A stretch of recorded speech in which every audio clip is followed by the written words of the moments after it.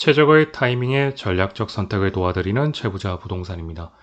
10월 13일 일요일입니다. 네, 오늘 모두 휴식을 취하시는데 제가 10월 11일이랑 12일 날 제가 그 포항 상가 계약이랑 경남 창녕 밀양의 안내랑 덧붙여서 임장을 가느라 새벽에 이제 이동을 했습니다. 그래서 아침 부동산 뉴스를 전달을 못 해드렸어요. 특히 10월 11일 날 금리 인하가 되었는데 이 부분도 뉴스가 조금 못해서 오늘 바로 알려드리도록 하겠습니다.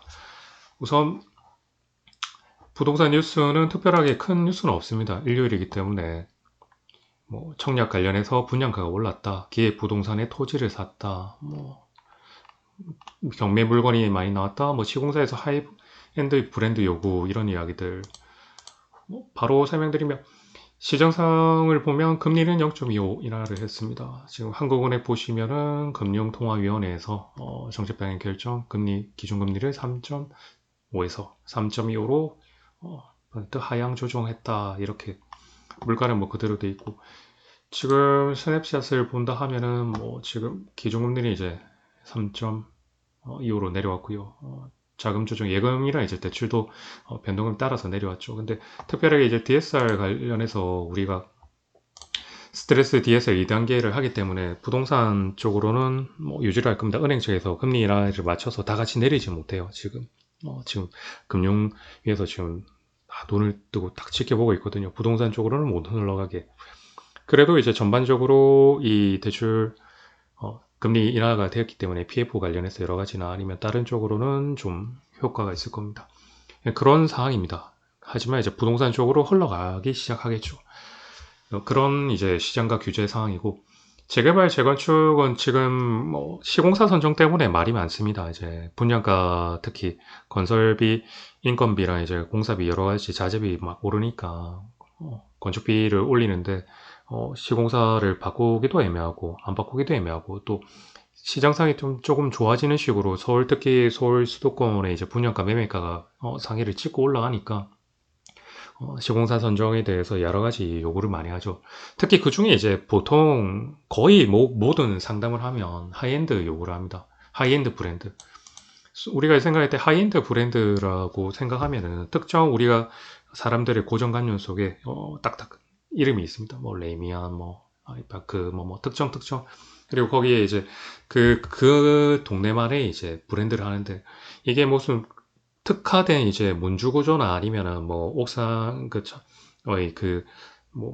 약간의 디자인 구조 이런 것들만 조금 특화된 것만 조금 다르고, 실제로는 이제 특별하게 달라지는 거 없습니다. 단지 이제 자재나 이제 인테리어 때 기본적으로 이런 고급화 이런 것들을 하는 건데, 제가 이제 전부 다 시공사 와서 만나서 이야기를 다 해보니까 하이엔드라고 특별하게 달라지는 건 없고, 이런 부분들이 달라지는데, 하지만 이제 그 결과는 하이엔드를 넣고 안 넣고에 따라서 이제 분양가뿐만 아니고 나중에 추후 매매가, 그리고 이제 시간이 지나서 2년, 4년이 지난 다음에 매매 가능성이, 소위 말해서 수요 자체가 조금씩 달라지는 것들이 있기 때문에, 시장 상황이 안 좋으면 전체적으로 다 안 좋기 때문에 그 부분은 논외로 치고, 전반적으로 볼 때 하이엔드를 하느냐에 따라서 이제 아파트의 미래 가치가 달라진다. 그래서 이제 생각하시는 게 다르신 분들도 있겠지만, 하이엔드가 안 한다 하면은 정말 조금 표현이 그렇지만 내 아파트의 미래 가치가 떨어지는 거죠. 근데 하이엔드를 넣는 순간 이제 평당가가 올라갑니다. 그러면 추후에 이제 분양이나 아니면 매매를 시공사 입장에서는 그 시기에 맞춰서 이런 것들을 판단을 하기 때문에 하이엔드를 요거는 좀 잘 안 들어주려고 하죠. 그리고 너무 이제 남발하면은 또 어렵기 때문에, 그런 것들 때문에 이제 고민이 깊어지고 있다, 이런 것들. 청약은 특히 지금 기사 비슷합니다. 청약 계속되는 것들 있고, 그런 것들은 패스를 하고, 아파트 시장도 비슷비슷하고, 상가는 공실 관련해서 이야기가 계속 나오고 있습니다. 상권의 이동이 지금 유튜브 블로그도 그렇고 다 상권에 대해서 이야기를 많이 하는데, 사실 이제 우리가 느끼기에 좀 그렇습니다. 뜬구름 잡는 이야기라고 판단하실 수 있겠지만, 그만큼 상가가 활성화되고 여기가 잘 되고 이렇게 잘 되면은 보통 상가가 잘 되는 이유를 이제 책이나 아니면 여러 가지 자료들을 통해서 이제 말씀을 드리겠지만 상가가 상권이 지금 몰락을 하고 있고 공실이 많이 늘어나고 있고 이런 것들을 가장 큰 이유는 보통은 뭐 당연히 이제 유지비죠. 내가 거기서 뭐 임대료나 아니면 뭐 쉽게 말하자면 자재 여러 가지 음식 재료비나 이런 것들 여러 가지 비용을 다 충당을 하고도 수익이 나온다 하면은 큰 문제는 없습니다. 그렇다 하면은 뭐 문제는 없는데 근데 특정 이제 그 메인 상권 중에서도 메인 입점이 이제 뭐 안테나 매장을 제외하고 그게 흡수를 다 해버리기 때문에 주변에 이제 경쟁되는 업체들이 다 순환이 되는 겁니다. 어떻게 보면 표현하자면 뭐 폐업을 못해서 마지못해서 버티는 경우가 많아요. 그런 식으로 되기 때문에 공실이 어느 정도 우리가 뭐 치아죠 치아 그러니까 치아가 이가 하나 빠지면은 이게 듬성듬성 되지 않습니까? 그렇게 보듯이 하나의 공간이 딱 공실이 생기는 순간 이제 상권의 단절이 시작됩니다. 우리가 생각할 때 뭐 도로나 아니면 뭐 특정 라인이나 아니면 뭐 육교가 있든지 뭐 특정 단절도 있지만 심리적 단절은 공실이 나는 거예요. 공실. 그래서 이제 보통 또 이제 중개사님들이나 이제 상권 분석하시는 분들이 현수막이나 이런 걸 붙이지 말고 대신에 이제 인테리어를 하는 척을 하라 이렇게 하는데 그것도 이제 한계가 있거든요. 그래서 이제 그 지나가시는 분들이 공실인 걸 알고 오히려 문의가 많기 때문에 현수막이나 이런 걸 붙이고 하지만 어느 정도 빨리 선순환이 된다 하면은 그런 걸 안 해서 소위 말해서 비어있는 느낌을 안 주는 게 사실 제일 좋은 겁니다. 그런 부분들이 있는데 결국 상가 관련해서 뉴스는 공실이 좀 많다. 특히 이제 옛날의 메인 거리가 그래서 제가 말씀드린 대로 상권의 이동이 유동 소비에 따라서 정말 이동이 너무 심하고 그리고 유동 소비가 있는다 하더라도 해운대도 그렇고 뭐 부산만 본다 하면은 해운대도 그렇고 강안리도 그렇고 1선, 2선, 3선 라인들의 이동이 계속 바뀌고 있습니다, 지금. 그리고 사람들이 이제 가는 곳에 소위 뭐 한 번 인스타나 아니면 뭐 페이스북이나 여러 가지 유튜브나 이런 촬영이 아니고 유지할 수 있는 그런 자리로 이제 흘러가기 때문에 우리가 단순하게 아파트나 주거용의 입지뿐만 아니고 상가의 입지가 상권과 플러스해서 이런 걸 이제 분석을 해드려야 되는데 사실 중개사 입장에서는 뭐 그 오시는 고객분들은 본인은 절대 뭐 소위 말해서 망하지 않는다고 생각하고 그리고 저 같은 경우는 이제 상권 분석을 해드리면은 조금 쓴소리를 많이 해드립니다. 이 정도 뭐 금액에 이 정도 자리는 뭐 이 정도로 효과는 있겠지만 그 이후로 이런 이야기를 드리면은 이제 다른 데 가서 또 계약을 하세요. 계약하시는 부동산들은 사실 무조건 된다고 하죠. 저도 무조건 된다고 말씀드리면은 계약을 할 수 있겠지만 그런 식으로 이야기하는 거는 제 브랜드를 걸고 하기 때문에 그런 식으로 하지 않고요. 대안책을 내드리지만 이제 그게 마음에 안 드시겠죠, 사실은. 그런 부분들이 있는데, 저는 그래도 이 객관적으로 이야기를 해드리기 때문에 조금 그런 부분들이 안 맞을 수 있습니다.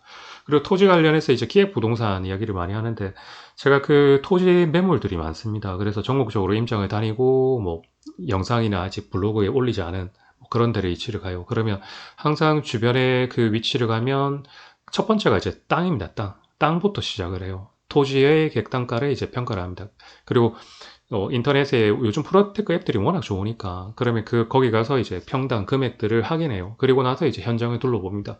뭐 단순하게 그 자리가 아니고 주변에 이제 높은 금액대의 위치로 이동을 하고 움직이고 금액들을 확인을 하고 그리고 나면 이제 상가나 상가 건물 그 다음 아파트 그 다음 이제 주택 오피스텔 이게 파급 효과가 주거에서 비주거로 흘러가면서 형성이 되기 때문에 사실 그래서 이제 땅의 그 용도가 중요한 거예요. 그러니까 제가 운전을 하거나 아니면 가면서 항상 생각합니다.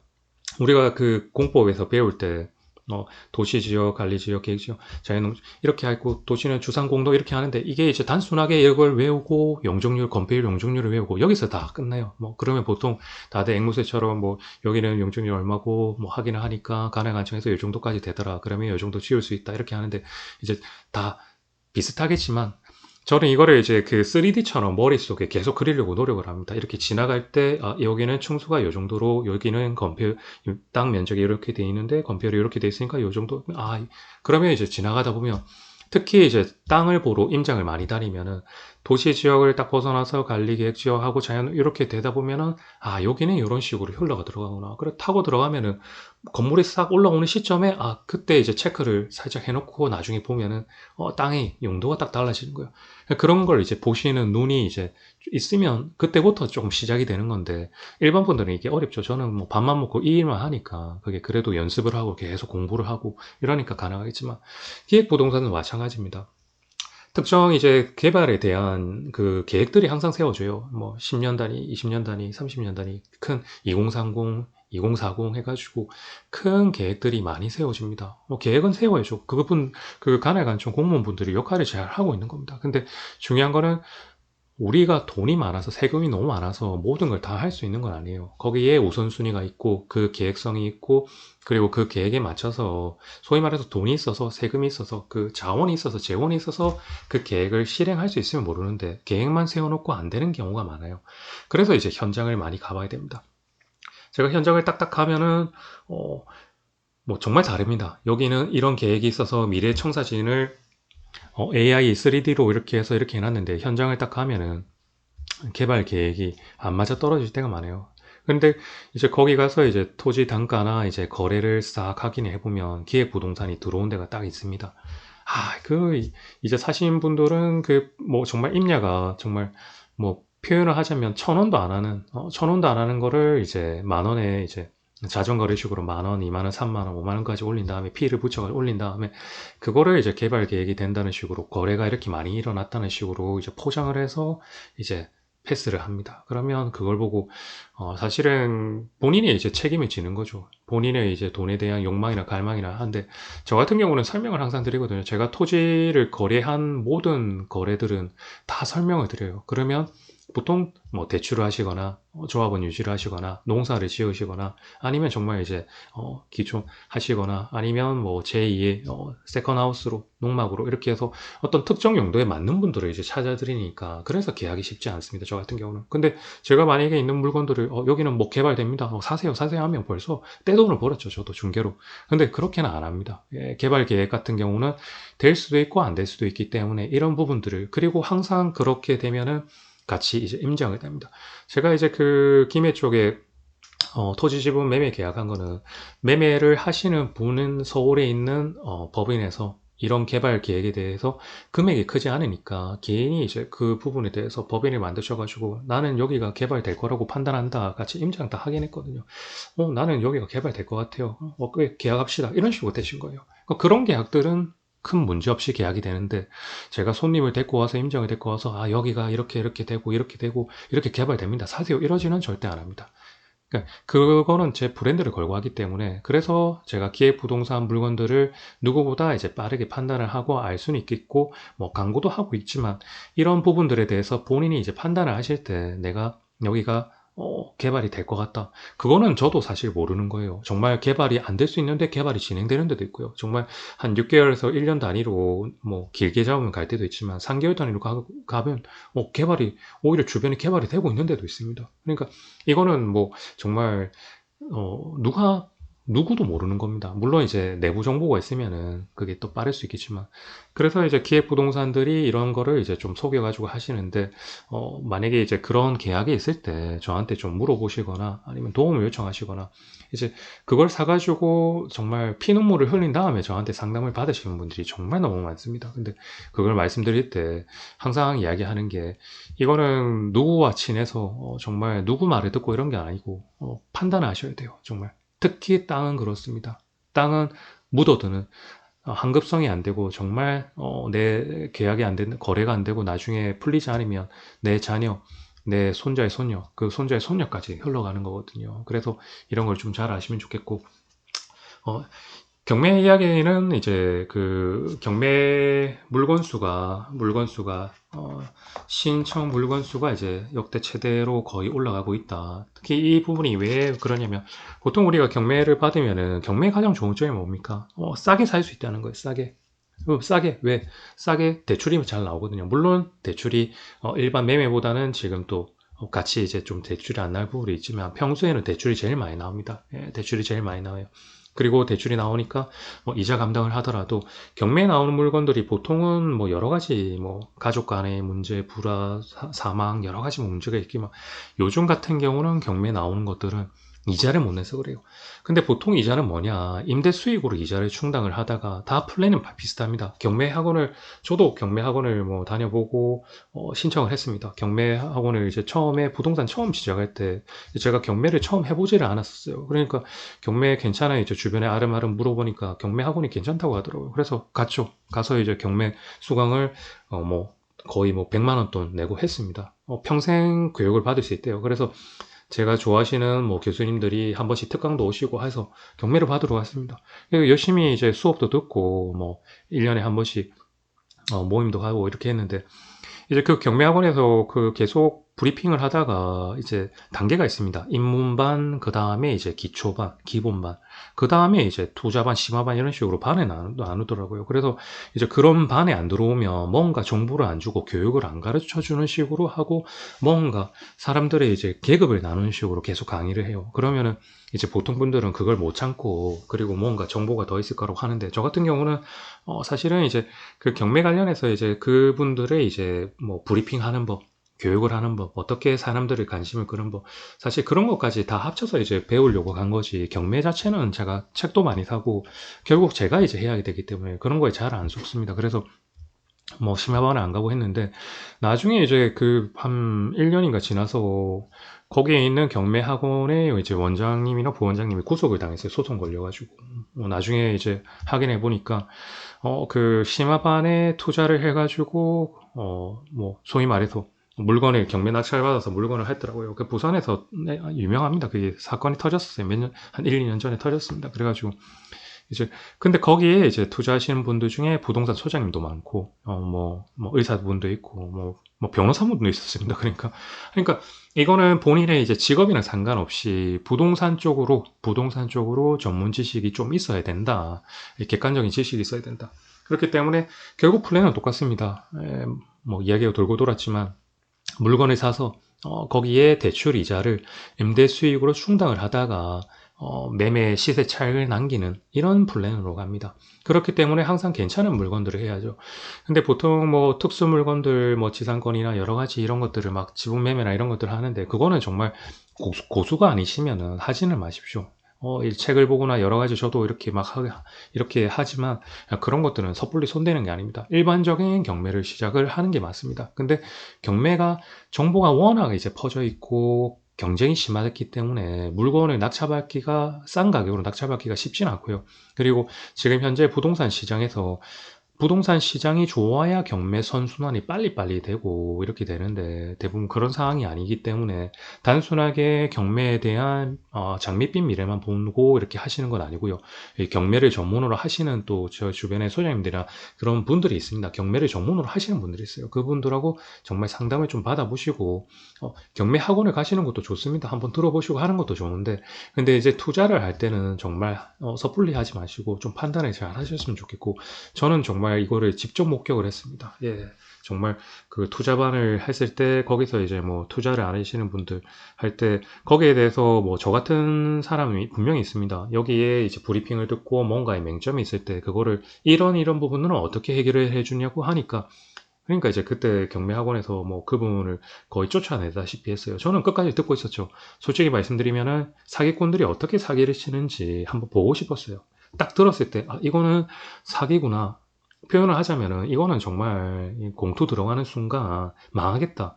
근데 저는 이제 주변에 저한테 물어보시길래 하지 마십시오. 이거는 위험합니다. 하지 마십시오. 저렇게 했을 때 나중에 이제 일반적으로 이제 매매를 할 때도 공투가 위험한데 저 경매로 이렇게 하는 거는 배당받고 처음에 이자 들어오고 하겠지만 안 하는 게 좋습니다. 그래도 본인이 판단하시라고 저는 분명히 말씀드렸습니다. 이렇게 했는데 그거를 정말 직접 목격하고 소위 말해서 그런 것들을 제가 봤거든요. 그러니까 이제 이 지금 경매 신청 건수가 많다 이 말은 그만큼 결론만 말씀드리면 이자를 못 낸다 이 말이고 그 다음에 임대 수익과 시세 차익 남기기 쉽지 않다. 그래서 이런 부분들이 있으니까 경매는 신중히 접근을 하셨으면 좋겠다.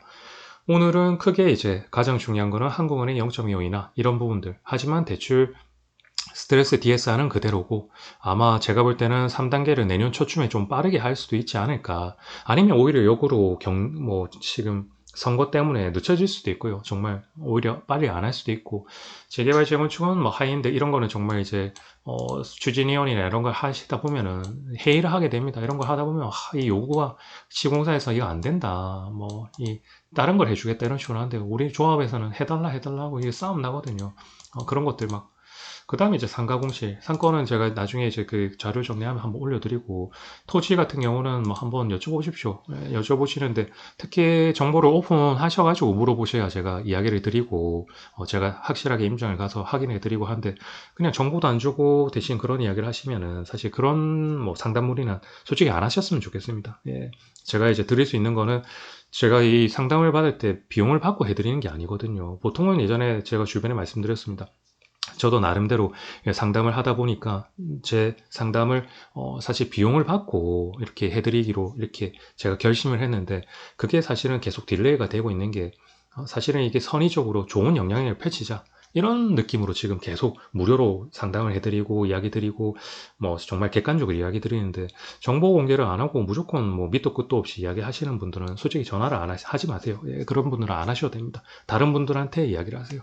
그리고 경매 관련해서는 물건을 하실 때, 투자를 하실 때 이 정보가 가장 중요하기 때문에 본인이 판단하시더라 하더라도 이런 부분들 정말 판단을 신중히 좀 판단하십시오. 그리고 뭐 학원 가는 것도 좋습니다. 저도 더 들어봤고요. 지금도 뭐 경매 특강 하시는 분들도 있고 좋으신 강사들이 나가서 하는 게 있는데 이제 항상 의사도 그렇고 변호사도 그렇고 중개사도 그렇고 모든 직업 모든 영역에는 나쁜 사람이 있고 좋은 사람이 있습니다. 그래서 좋은 분들을 많이 만나고 좋은 영향력을 많이 받아서 본인의 이제 재산권을 늘릴 수 있는 방법들을 찾으시면 좋겠습니다. 오늘은 이야기가 조금 사설이 길었네요. 시청해 주셔서 감사합니다. 그리고 구독자분들 항상 감사드립니다. 구독자가 계속 이제 100명을 향해 가고 있습니다. 꼭 100명을 채워보고 1000명을 채워보고 꼭 될 겁니다. 해봅시다. 시청해 주셔서 감사합니다. 제부자 부동산이었습니다.